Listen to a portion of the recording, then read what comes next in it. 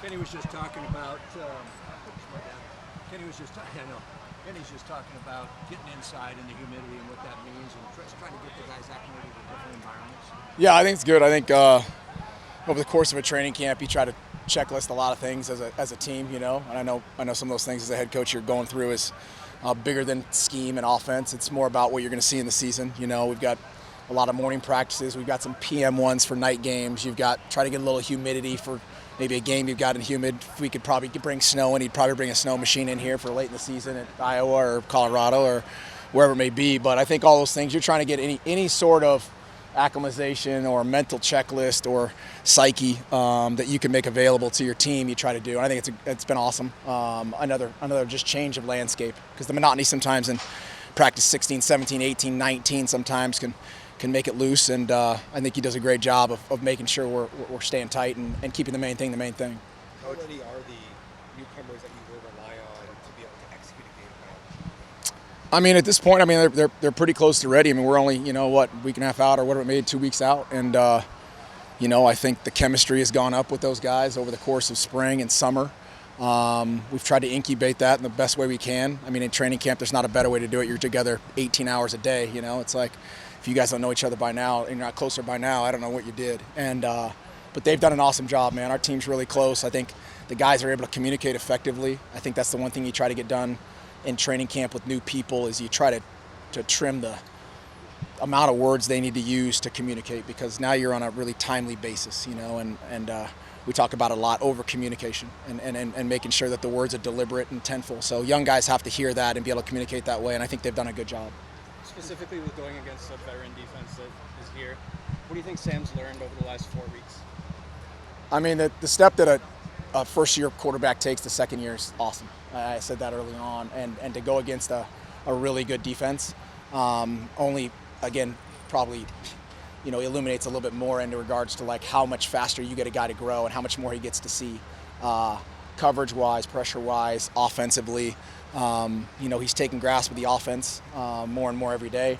The game's going to slow down a little bit, but when you get a really good defense and good DBs and good scheme in front of you every day, I mean, the growth can be really exponential. We take advantage of it, and Sam's pretty intentful in regards to going to work. So, Coach, awesome. Sam made a great scramble during practice. How much of an element does his legs, does his mobility add to the offense? Yeah, I mean, I think we saw that last year. It's a big piece of, number one, recruiting. You want a guy who can extend plays at that position. We saw that in his recruit tape, and his ability last year to do that and make some big plays is huge, man. I mean, it adds an element to your offense that you don't need many quarterback design runs when that's going to happen 6-8 times a game, and so he does a good job, and he extends plays the right way. He's got to take care of his body, but that's a huge piece of his game, man, and we don't ever pull a stinger with that. Where are you at in terms of game planning? When do you start that with the guys getting ready for NAU? Yeah, we'll transition to NAU in the next probably 48 hours or so. We'll go through a mock game. We'll try to close the book on training camp, get some final corrections down, give guys a couple days to catch their breath and kind of get healthy. We'll transition as a staff out of training camp into game planning, and come this weekend, I'll start getting dialed into NAU and the season. And so that's exciting, because it's get to turn the page and go on to the next deal. What stands out about Jalen Moss? Veteranship. I mean, he's played in a lot of games. He's got a really good demeanor about him.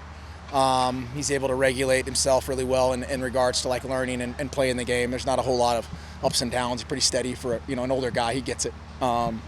His critique of himself, you can see, is really relevant in regards to there's not a whole bunch of stuff you have to tell him to get him to dial into like what the mistake was right then. He's able to give himself some really good feedback.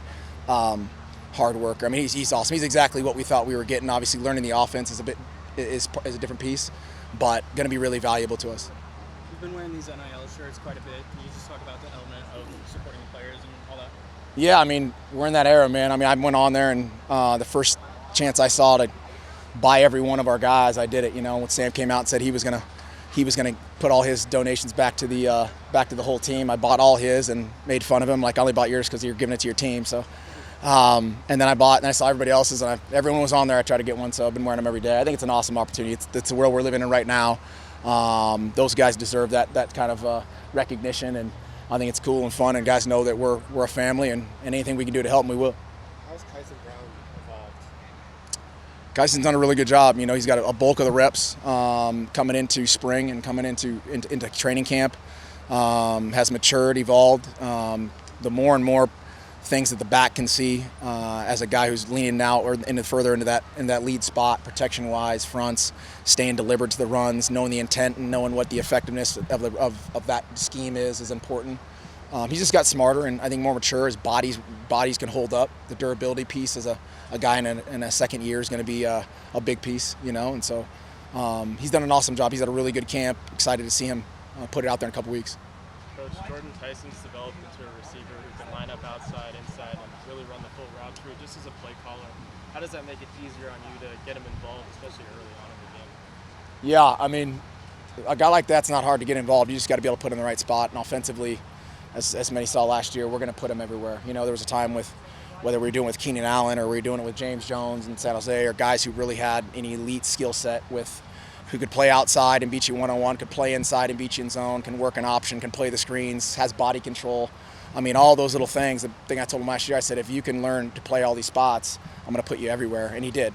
And you saw how important it was for our offense as we went throughout the season because it's hard to match that up. He's everywhere. He's in the backfield. He's at 1, he's at 2, he's condensed, he's motion, he's screen, he's go, he's option.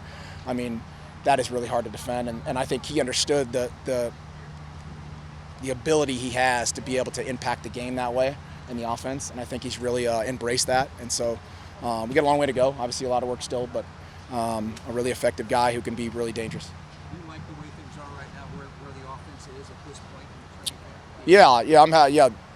Kind of state of the offense after 16 practices, 17 practices. I like where we're at. You know, I think we reflect a lot. We do a lot of debriefing as an offensive staff and go back and kind of figure out where we're at and say, what do we like? Who are we? What's our personnel? Do we like this, or are we just putting this in? There's not a whole lot of things we're doing just to do.